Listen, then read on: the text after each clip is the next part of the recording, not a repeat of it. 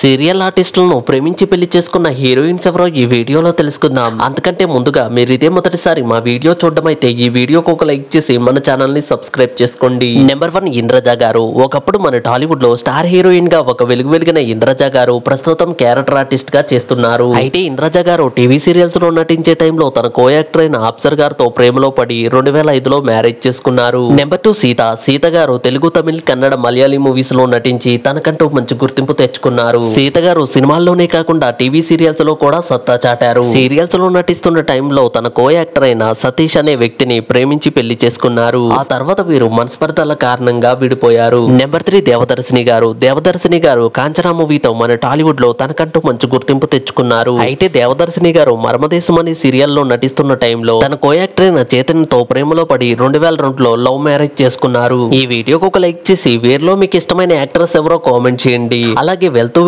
మన ఛానల్ ని కూడా సబ్స్క్రైబ్ చేసుకోండి.